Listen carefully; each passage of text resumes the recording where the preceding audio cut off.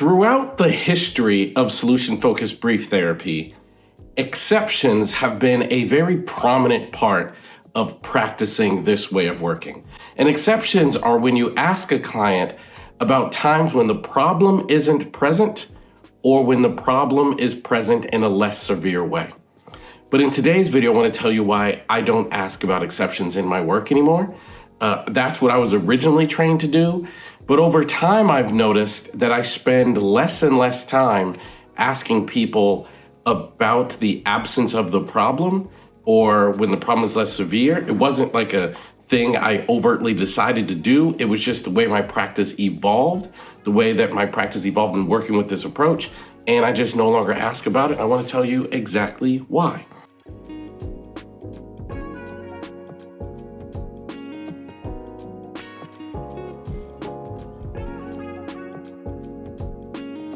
Number one, if I ask people about the exception to the problem, I'm still asking them to think about their problem.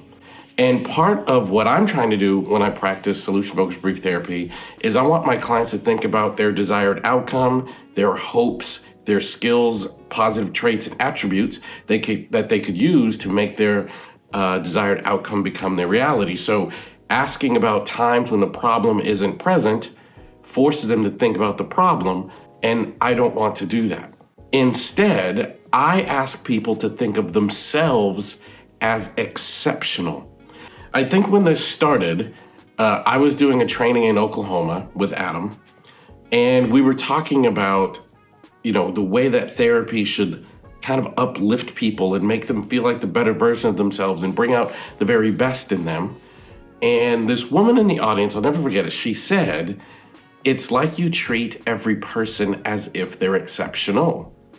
So I think that kind of started in my mind that even if I talk about exceptions with people, I want to talk about them being the person capable of producing the exception, them being the person capable of making that time when the problem was gone or when the problem was less likely to have a serious impact.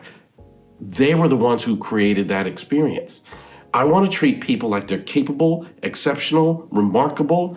And when you do that, then you don't need to ask about times when the problem is no longer impacting the client. You just have to keep asking about the desired outcome and what it is about the client that makes that desired outcome a possible reality. So, like I said, it wasn't something that I intentionally decided not to make a part of my practice. It wasn't something that I intentionally decided that I wasn't going to be doing. It was just something that evolved over time. Like the more I have honed in my work and really focused on working with people towards their desired outcome, the less time I spend in any way attached to the problem. I want people to view themselves through this lens of unlimited possibilities, capability, and exceptionality. And that's why my work has evolved in this way. So, and sometimes clients are going to bring up problems. Clients are going to say things like, "Oh my gosh, I'm so depressed." And instead of saying, "Tell me about times when depression isn't a part of your life," I'm going to say, "What would you rather be?"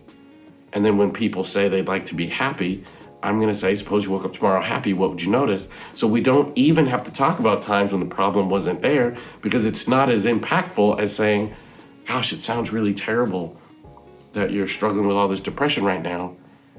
How would you rather be feeling?" And then people say, "I'd rather be joyous, happy," whatever they say.